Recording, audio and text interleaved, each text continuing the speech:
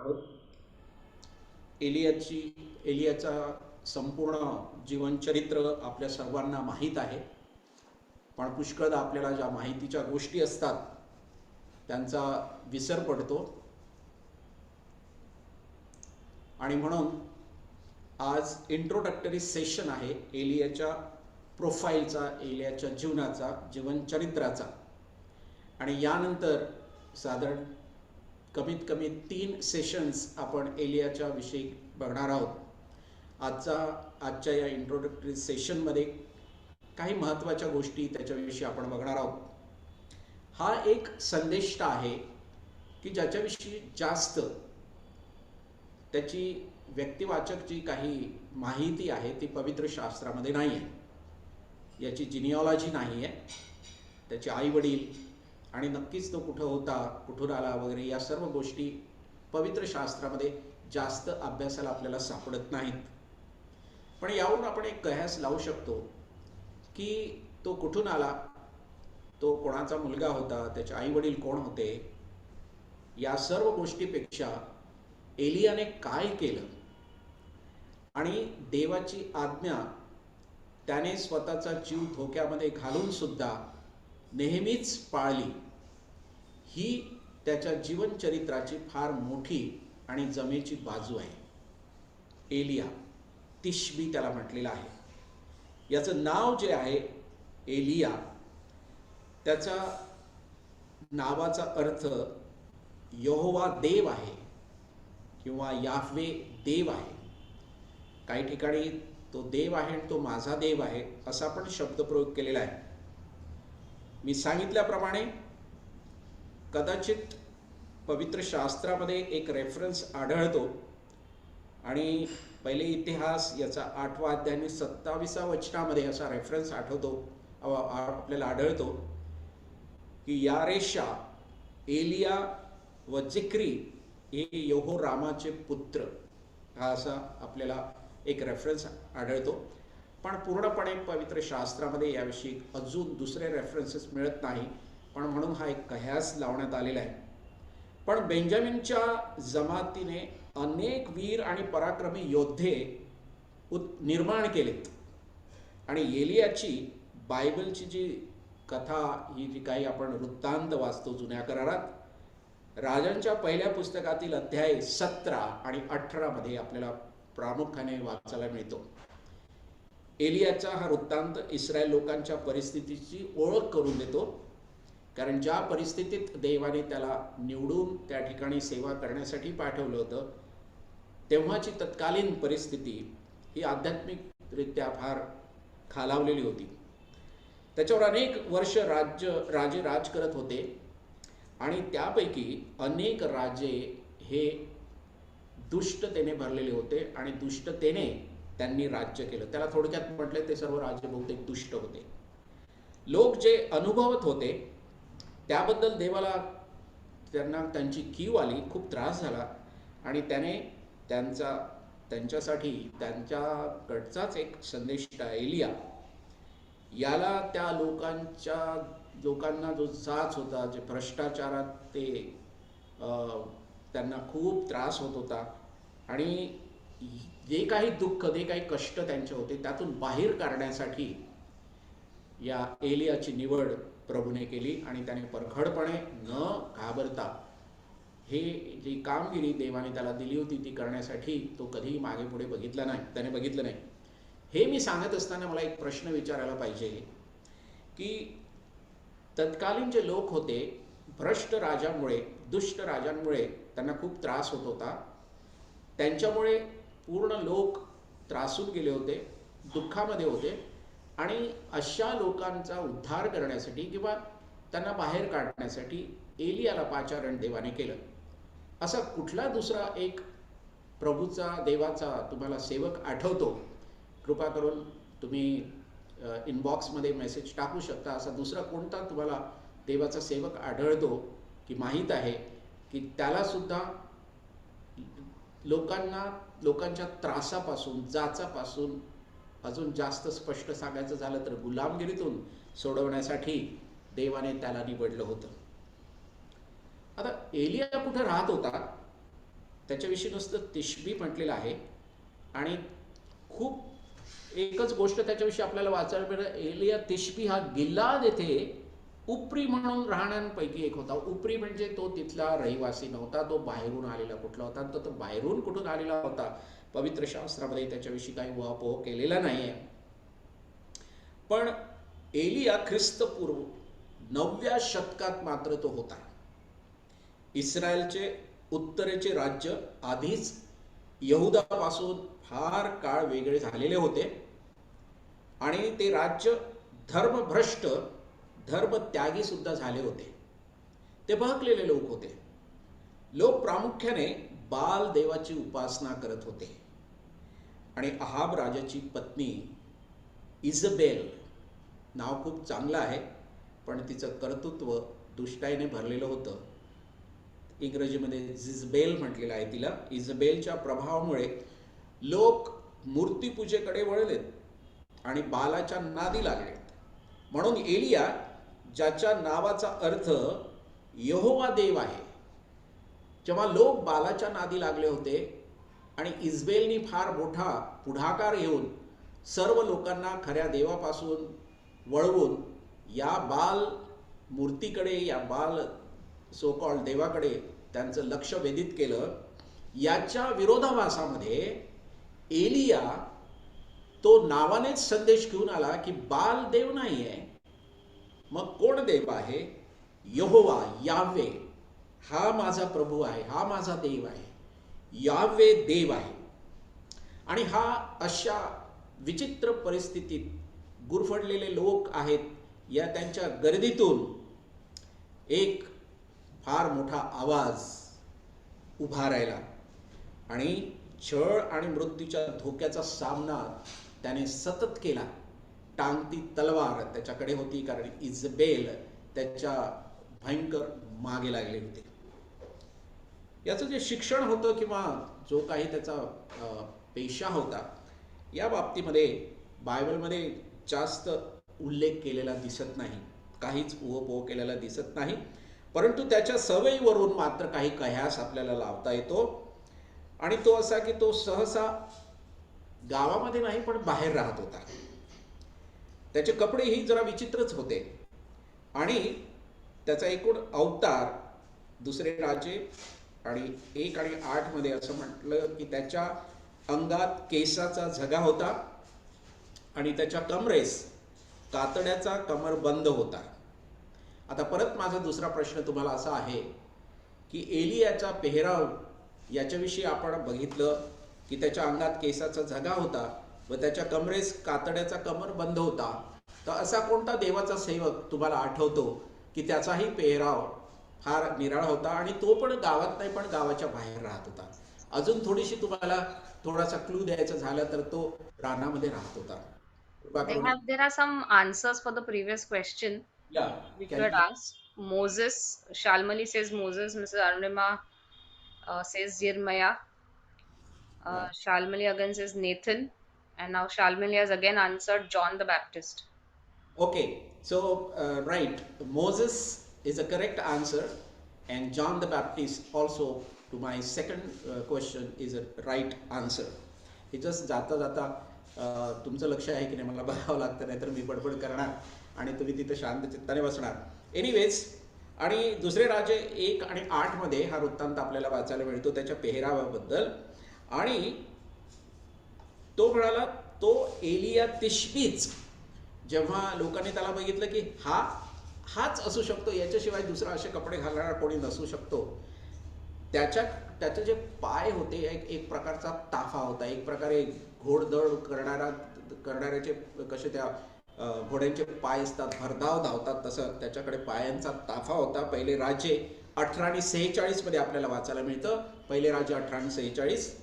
आणि परमेश्वराचा वरदहस्त एलियावर असल्यामुळे तो आपले कंबर बांधून अहाबापुढे इस्रायलच्या वेशीपर्यंत धावत गेला. आणि अहाब राजा हा रथामध्ये बसलेला होता. रथ भरधाव वेगाने धावत होता आणि हा मात्र एलिया पायी पायी धावत होता. पण हा अहाबाच्या पुढे इस्रायल या ठिकाणी पोहोचला. म्हणजेच त्याची जी दौड होती, त्याचा जो पळण्याचा त्याची वेग होता तो अतिशय प्रचंड मोठा होता. दुष्काळात प्रतिकार करणारी त्याची अंगकठी होती. म्हणजेच तो खडतर त्याचं अंग होतं आणि त्याला ऊन वारा पाऊस याची काही भीती नव्हती, काही परिणाम होत नव्हता त्याच्यावरती. आणि पहिले राजे 19 आणि 8 मध्ये असं म्हटलेलं आहे त्याच्याविषयी, त्याने उठून ते अन्न पाणी सेवन केले. त्या अन्नाच्या बळावर 40 दिवस व 40 रात्री चालत जाऊन तो देवाचा डोंगर होरेब येथे पोहोचला. बघा देवाने त्याला कसं केलं होतं. तो माणूस असून सुद्धा त्याच्यामध्ये जे चैतन्य होतं, त्याच्यामध्ये जो काटकपणा होता, तो जो कोणत्याही वातावरणात राहण्यासाठी सज्ज होता, हा तो एलिया तिशबी एक आगळा वेगळा देवाचा संदेष्टा होता. एवढंच नाही तर तो गुहांमध्ये राहत होता. मी म्हटलं ना, तो गावात नाही पण गावाच्या बाहेर हा गुहांमध्ये राहत होता. आणि पहिले राजे 17 आणि 3 मध्ये आपल्याला वाचायला मिळते, इथून निघून पूर्व दिशेस जा व यार्देने समोरच्या करीत ओहळाजवळ जाऊन लपून राहा. तो लपून काही कुठल्याही ग्राउंडमध्ये राहू नाही शकत, पण कपारीमध्ये गुहेमध्ये अशा ठिकाणी तो जाऊन राहिला. पूर्ण वेळ संदेष्टा आणि प्रभूचा सेवक या भूमिकेसाठी त्याला ह्या सर्व गोष्टी अनुकूल होण्यासाठी देवाने त्याची अंगकाठी आणि त्याचं शरीर तसं बनवलं होतं टाटकट. त्याला एका ठिकाणाहून दुसरीकडे सहज जाता येत होतं. कोणत्याही प्रकारे त्याला अडखळ नसायची. आणि आपल्याला माहीत आहे की एका देवाच्या सेवकाला एका ठिकाणी देवाच्या आत्म्याने नेलं. तो एका ठिकाणी होता आणि ज्या ठिकाणी देवाने त्याला सांगितलं त्या ठिकाणी जायचं होतं, तो क्षणात त्या ठिकाणी पोहोचला. आणि त्या मोठ्या ग्रस्ता राजाच्या तोडीचा जो माणूस होता त्याच्याबरोबर तो धावत होता. मग हा ग्रस्त कोण होता त्याच्याविषयी सुद्धा तुम्हाला माहिती असेलच, आणि असेल तर कृपा करून इनबॉक्समध्ये टाका. तेव्हा तो गुहामध्ये राहत होता आणि लपून बसला. पूर्ण वेळ संदेष्टा आणि प्रभूचा सेवक ही भूमिका त्याने फार व्यवस्थित बजावली. त्याला एका ठिकाणाहून दुसरीकडे जाणं सहज शक्य होतं. जसं तो त्या रथाच्या अगोदर पोहोचला आबाच्या एका ठिकाणी. तो देवाचा सेवक पूर्ण वेळ संदेष्टा होता, पार्ट टाइम नव्हता. आणि सेवक असल्याने देवाने त्याच्या सर्व गरजा पूर्ण करण्यासाठी पुष्कळशा इतर माध्यमांचा वापर केला. पण देवाने त्याला काही सोडलं नाही. कठीण परिस्थितीमध्ये तो राहिला, पण देवाने कधी त्याला सोडलं नाही. आणि त्याचा पुरवठा करण्यासाठी निरनिराळ्या माध्यमाचा उपयोग देवाने केला. याचा स्वभाव गुण याच्याविषयी आपण बघूया. आणि हा एक शेवटचा मुद्दा मी तुमच्यासमोर मांडणार आणि मी नंतर बंद करत आहे. त्याचा स्वभाव गुण, माणसाचा स्वभाव गुण, तो स्वतः किती त्याने सांगितलं की तो धार्मिक आहे, तो प्रेमळ आहे, किंवा तो रागिष्ट आहे, किंवा तो नम्र आहे, हे असं कितीही माणसाने सांगितलं, पण त्याचे स्वभाव गुण त्याच्या एका विशिष्ट गोष्टीकडून आपल्याला ओळखता येतात. आणि इनबॉक्समध्ये टाका की माणसाचा स्वभाव कशावरून ओळखता येतो. आपण जेव्हा या एलियाकडे बघतो आणि त्याचं जीवनचरित्र बघतो आणि पहिले आणि दुसरे राजे यामध्ये निरनिराळ्या कथा त्याच्याविषयी झालेले वृत्तांत आपण वाचतो, ज्याचा अभ्यास आपण नंतरच्या सेशनमध्ये करणार आहे. आणि या सर्व परिस्थितीत आपण लक्षात घेतले, हे सर्व अकाउंट लक्षात घेतले, तर आपल्यासमोर याचे स्वभाव गुण उभे राहतात. कोणी लिहिलेलं आहे का की आपले स्वभाव गुण कसे प्रगट होतात? Any answer is there? Yeah, his or her way of speaking, his or Yes. her way of speaking, then behavior. Yeah, there is one particular word which is a comprehensive term, which will include everything, and that is behavior. Okay? माणसाचं वर्तन, आचार, विचार, उच्चार, त्याचं राहणीमान हे नाही सांगू शकत, पण तो कसा वागतो याच्यामुळे त्याचे स्वभाव गुणधर्म स्पष्ट होतात.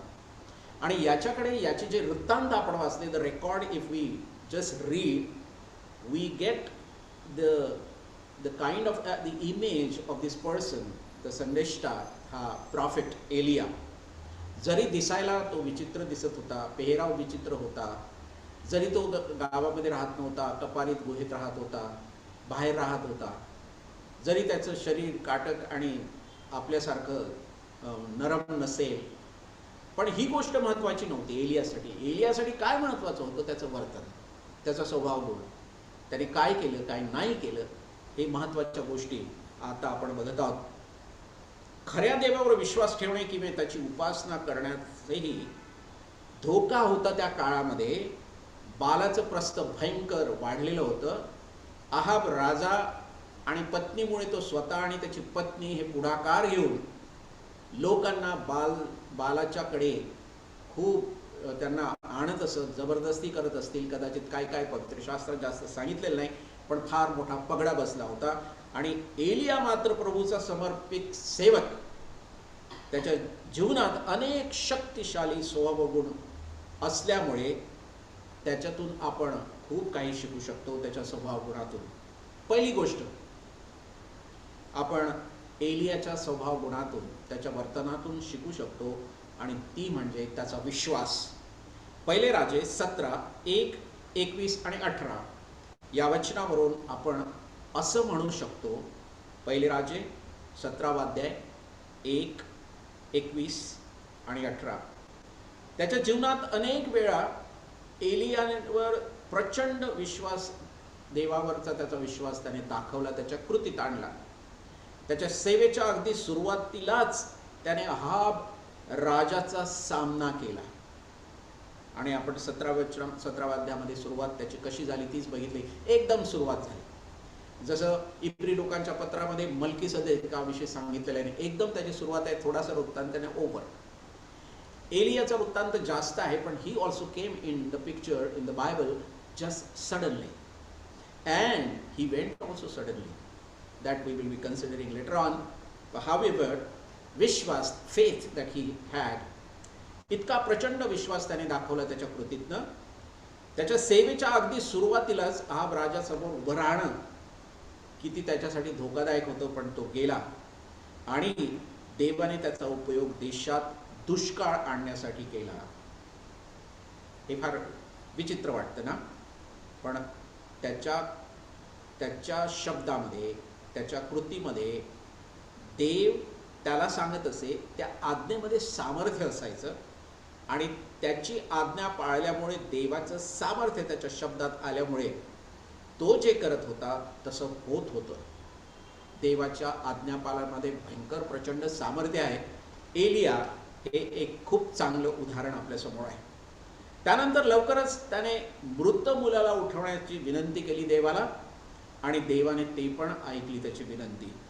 बायबलमध्ये सांगितलेलं आहे की जर आपला विश्वास असेल, आणि पवित्र शास्त्रामध्ये म्हटलेलं आहे की मोहरीच्या दाण्या एवढा आपला जर विश्वास असला तर आपण पर्वत हलवू शकतो. एका पर्वताला आपण म्हणून इथून उठून दुसरीकडे जा, तर तो पण आपलं ऐकेल. हे अशा व्यक्तीचे उदाहरण आहे की ज्याने अशा प्रकारच्या विश्वासाचे प्रदर्शन केले. मुलाला उठवायचं होतं, जिवंत करायचं होतं, त्याने देवाला प्रार्थना केली. त्याला माहीत होतं की देव माझी प्रार्थना ऐकणार आहे.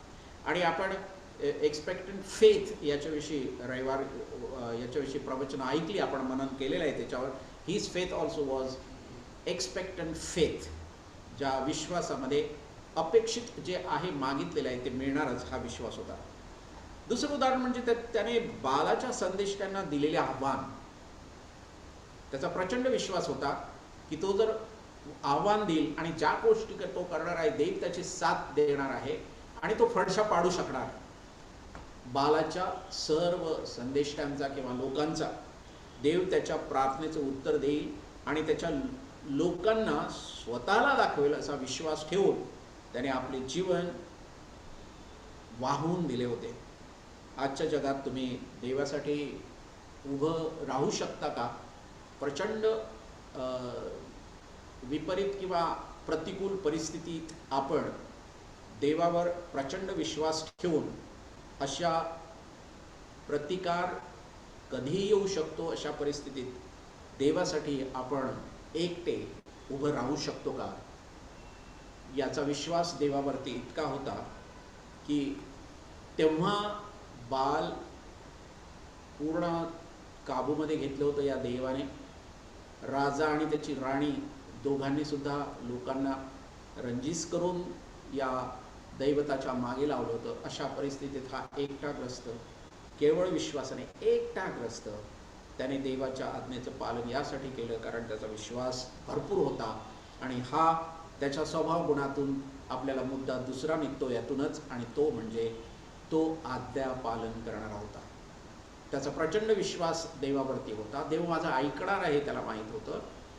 पण हे पण खरं होतं की त्याने अयोग्य प्रकारे कोणतं मागितलं नाही. त्याला जी सेवा दिली होती त्या सेवेच्या परव्ह्यूमध्ये जे होईल तेच त्याने मागितलं. आज्ञापालन. पहिले राजे 17, 3 आणि 5, 17, 9 आणि 10 आणि 18, 1 आणि 2 या वचनामध्ये त्याच्या आज्ञापालनाचे किस्से आपल्याला वाचायला मिळतात. पहिले राजे 17, 3 आणि 5, 17, 9 आणि 10 आणि 18वा अध्याय 1 आणि 2. अनेक प्रसंगी देवाने एलियाला अतिशय कठीण आज्ञा दिल्यात. आपल्याला फक्त 10 आज्ञा माहीत आहेत ना, आणि त्याच्यापेक्षा एक प्रचंड मोठी आज्ञा आहे, सर्वात मोठी आज्ञा, ती पण आपल्याला माहीत आहे ना. तर इनबॉक्समध्ये जर तुम्हाला माहीत असेल सर्वात मोठी आज्ञा कोणती, तर कृपा करून इनबॉक्समध्ये आपली उत्तरं लिहा. अनेक प्रसंगी देवाने एलियाला अतिशय कठीण आज्ञा दिल्या. त्याने त्याला नदीवर जाऊन थांबायला सांगितले आणि कावळे त्याला पुरवतील अन्न, हे एलियासाठी देवाने केलं. पण जंगलामध्ये जाऊन या ठिकाणावरून त्या ठिकाणी जायचं, तिथं राहण्यासाठी आसरा नाही, पाणी आहे की नाही, अन्न मिळेल की नाही, याची कुठलीही पर्वा न करता देव त्याला ज्या ठिकाणी जायचं म्हणून सांगत होता त्या ठिकाणी तो गेला. देवाच्या आज्ञेचं पालन त्याने काटेकोरपणे केले. देवाने त्याला सांगितलं की जा आणि एका गरीब विधवेला तिच्यासाठी मदत करून टाक. एलियाने ते पण केलं. त्या विधवेकडे गेला, ज्या विधवेकडे आपल्याला माहीत आहे की तो पुंज जेवण राहिलेलं होतं तिच्यासाठी, तिच्या मुलासाठी, आणि त्यातून सुद्धा त्याने जेवण मागितलं. अर्थात त्यानंतरचा किस्सा आपल्याला माहीत आहे. जर माहीत असेल तर इनबॉक्समध्ये कृपा करून आन्सर द्या की त्या विधवेसाठी मग देवाने एलियाच्याद्वारे काय केलं किंवा कोणता आशीर्वाद एलियाने दिला. देवाने त्याला अहाब या राजाच्या समोर जाण्यास सांगितलं, जो त्याचा तिरस्कार करत होता. त्याची राणी त्याचा तिरस्कार करत होती आणि त्याला ॲक्च्युली मारून टाकायचं होतं. पण इतकं माहीत असून सुद्धा अशाही परिस्थितीमध्ये देवाची आज्ञा पालन त्याने केलं आणि तो गेला त्या करीतकडे गेला, त्या नदाच्या पलीकडे तो गेला, आहाबाच्या समोर तो उभा राहिला. कारण देवा दिलेल्या आज्ञेमध्ये प्रचंड सामर्थ्य आहे आणि त्याने एकदा आज्ञा दिली तर त्या आज्ञेसाठी आवश्यक गोष्टी तो पुरवणार आहे, हा त्याचा विश्वास असल्यामुळे त्याचं आज्ञापालन हे नेहमी पूर्ण असायचं. तिसरी गोष्ट आपण स्वभावगुणाविषयी त्याची बघतो आणि ते म्हणजे त्याचं धैर्य. त्याला भरपूर प्रचंड गट्स होते. त्याच्याबरोबर लोक नव्हते, एकटाच होता तो, पण बघा त्याला किती धैर्य होतं. अनेक प्रसंगी एलियाने लोकांसमोर किंवा आहाबासमोर देवासाठी उभे राहण्यासाठी आपला जीव धोक्यात घालून फार प्रचंड मोठं धैर्य त्याने दाखवलं. इतकंच नाही, जेव्हा त्याने बालाच्या लोकांना आव्हान दिलं, challenge, he through the challenge to those people. हा ग्रस्त एकटा आणि बाकीचे कितीतरी लोक त्या ठिकाणी होते, पण त्याला ते धाडस होतं, ते देवापासून त्याला मिळालं होतं. आणि अशा लोकांच्या समोर बालापेक्षा देवाची सेवा करण्यास प्रोत्साहित करण्याच्या आशेने तो सातत्याने प्रयत्नशील राहिला. म्हणजे मेजॉरिटीच्या विरुद्ध एकटा एक मायनॉरिटी, केवळ देवाने त्याला विश्वास दिला, आज्ञापालन करण्याची शक्ती दिली आणि म्हणून हे प्रचंड धैर्य त्याला प्राप्त झालं. एक प्रश्न मला तुम्हाला विचारायला पाहिजे आणि तो हा की एलियाची सेवा ही निस्वार्थी सेवा होती की नाही. आणि हा माझा शेवटचा मुद्दा आहे आणि माझं असं म्हणणं आहे की त्याची सेवा निस्वार्थी सेवा होती. पण मी हा प्रश्न तुम्हाला विचारलेला आहे की त्याचे स्वभाव गुण जर आपण लक्षात घेतले तर त्याची स्वार्थी सेवा होती की निस्वार्थी. अर्थात त्याची सेवा निस्वार्थी होती. आणि पहिले राजे 18वा अध्याय 36 आणि 37. एलियाच्या जीवनातील महत्त्वाच्या घटनांसाठी त्याची प्रेरणा काय होती, त्याची प्रेरणा कुठून त्याला मिळत असे? तुम्हाला माहित, त्याची प्रेरणा, त्याला शक्ती, सामर्थ्य कुठून मिळत होतं? एक वचन आहे सामर्थ्याच्या बाबतीमध्ये की सर्व काही शक्य आहे. जर तुम्हाला आठवत असेल तर इनबॉक्समध्ये कृपा करून टाका. देवाच्या सेवकाने पावलाने ते म्हटलेलं आहे. याला जे सामर्थ्य मिळत होतं, जी प्रेरणा मिळत होती, विशेष रीतीने जीवनातील महत्त्वाच्या घटनांसाठी, मोठमोठ्या चॅलेंजला त्यामध्ये उभं राहण्याची ताकद त्याला कुठून मिळत होती? आणि यासाठी रेफरन्स मी परत रिपीट करत आहे. पहिले राजे 18, 36 आणि 37. संध्याकाळच्या यज्ञसमयी, मी वाचत आहे तुमच्यासाठी दोन्ही वचन. संध्याकाळच्या यज्ञसमयी एलिया संदेष्टा पुढे होऊन म्हणाला, आणि ही त्याची प्रार्थना पण ऐकू.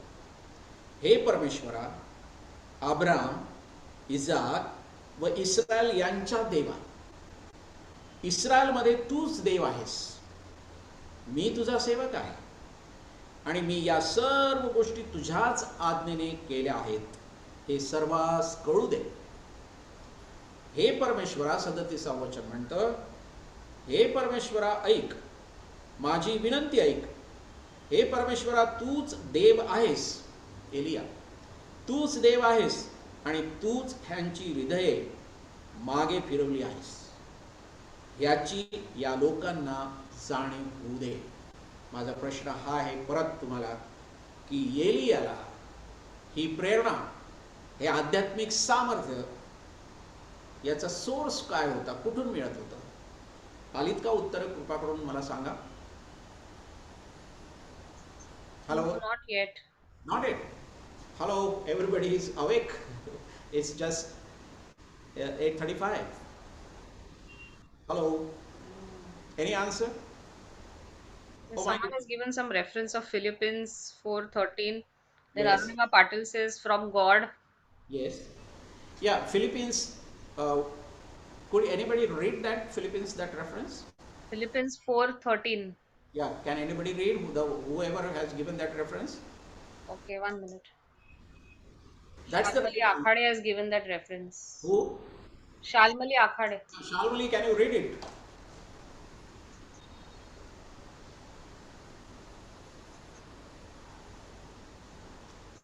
Hello. And the next answer somebody gave, no? Yeah, Shalmali is reading it. मला जो सामर्थ्य देतो त्याच्याकडून मी सर्व काही करावयास शक्तिमान आहे. Okay. Is that Shalmali? No, Mrs. हो. Akhade. Okay. I hope no prompting going on. Praise the Lord. Praise the Lord. मला सामर्थ्य देणाऱ्याच्या ठाई सर्व काही करण्यास मी शक्तिमान आहे. ओके. आणि ही वचनं मी वाचली तुमच्यासाठी. ही एक प्रार्थना आहे. मग एलियाला हे आध्यात्मिक सामर्थ्य कुठून मिळत होतं? Hello? From God, from God's his Yes. answer. From God through what?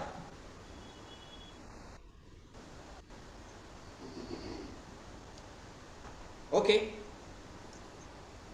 5वा अध्याय आणि याकोबाच्या पत्राच्या 5व्या अध्यायामध्ये असं लिहिलेलं आहे, विश्वासाची प्रार्थना कार्य करण्यास फार प्रबळ असते. आणि त्या ठिकाणी एलियाचा रेफरन्स आलेला आहे. एलिया आपल्या सारख्या स्वभावाचा माणूस होता. त्याने प्रार्थना केली, पर्जन्यवृष्टी थांबली, आणि त्याने प्रार्थना केली, परत पर्जन्यवृष्टी झाली. एलिया आपल्यासारख्या स्वभावाचा माणूस होता.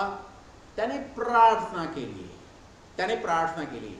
आणि आपल्याला, मला सामर्थ्य देणाऱ्याच्या ठाई मी सर्व काही करण्यास शक्तिमान आहे, तो प्रार्थना न करता हे शक्य होत नाही. आपल्याला प्रार्थना करावी लागते. We need to derive our spiritual strength by asking God in prayer continuously. आणि देव आपल्या प्रार्थनांना उत्तर देतो. Yeah, Dr. Arpana Tivde has said through prayers on Facebook. She has answered. Yes, yes, yes, exactly. Thank you so much. Thank you for all your answers and you were all awake. Praise the Lord. आजचा हा session मी या ठिकाणीच बंद करत आहे आणि आपण अवांतर गोष्टी एलियाविषयी बघितलेल्या आहेत. त्याच्या नावाचा अर्थ आपण बघितला, तो कुठं राहत होता, कुठल्या प्रकारचे कपडे घालत होता, या पुष्कळ अवांतर गोष्टी ऐकल्यानंतर आपण त्याचे विशेष गुणधर्म बघितलेत. तो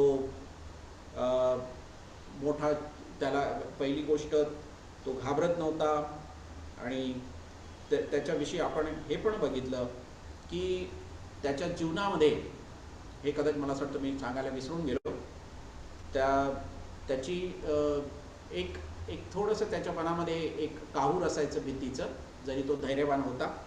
आणि त्याच्या जीवनामध्ये सुद्धा चढ उतार आलेत, पण हे चढ उतार जरी आलेत तरी तो देवाला धरून होता. सर्वांच्या जीवनामध्ये चढ उतार येतात. प्रचंड विश्वास असला सुद्धा तरी विश्वासात कमी आपण पडतो. पण एक मात्र लक्षात ठेवा की बाहेरची परिस्थिती किती विपरीत आणि आपल्या प्रतिकूल असली, कुठलीही परिस्थिती, कोणत्याही प्रकारची परिस्थिती, आर्थिक असो, सामाजिक असो, कौटुंबिक असो, रिलेशनशिपची असो, कुठलीही परिस्थिती भयंकर जरी असली आणि आपल्या पाठीपोटी कोणी जरी नसलं तर लक्षात ठेवा आपल्याला सामर्थ्य देणाऱ्याच्या ठाई आपण सर्व काही शक्तिमान आपण करू शकतो. आणि आपल्याला प्रभूने एक साधन दिलेलं आहे. जे साधन एलियाने वापरलं, त्याने प्रार्थना केली. एलियाकडून ही प्रचंड मोठी गोष्ट आपण आज शिकत आहोत की प्रार्थनेमध्ये फार मोठे सामर्थ्य आहे. करा प्रार्थना अखंड, नका पडू देऊ खंड, प्रार्थनेचे मोठे सामर्थ्य. बरोबर आहे, ते गाणं आहे उपासना संगीतामध्ये. आणि प्रभू करो आणि आपल्या सर्वांना हे सेशन, ही वचनं, हे मनन इतकं आशीर्वादित करो की हे वचनं कधीही आपल्याकडून कोणीही काढून घेण्यास समर्थ होणार नाही. आपण प्रार्थना करूया.